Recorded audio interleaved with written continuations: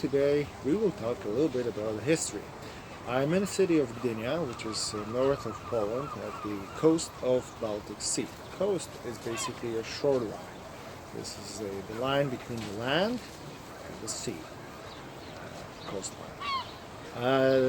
The warship that you see behind me is Blyskawica, which is basically a lightning. That's in a translation, like electric lightning or the lightning that you have in the sky. That ship is very historical for Poland. It was built actually in England between 1936 and 1937. In 1937 it travels from England to Poland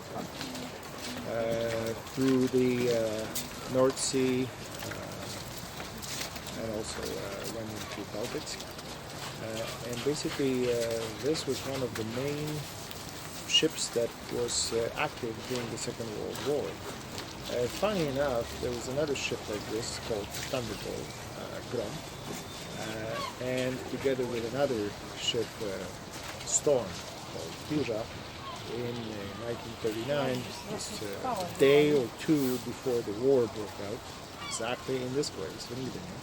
Those three ships were sent over from Poland, from that port to England, where they continued fighting against German forces during the entire war.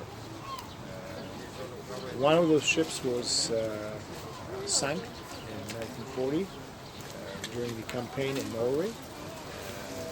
The ship behind me, Blyskawica, returned to Poland after the war, and it was active in service until 1976. If I'm not mistaken.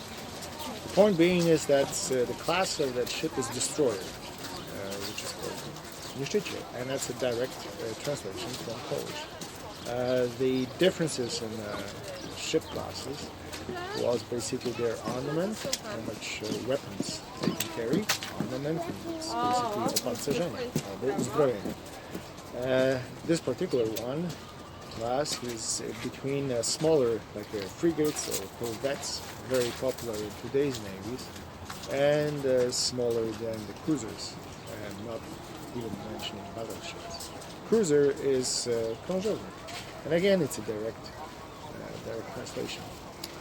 Most of the names of class of ships is taken from the old times, where we had corvettes and frigates, and they were also used, but for the tall ships. Tall ships, called żaglowce.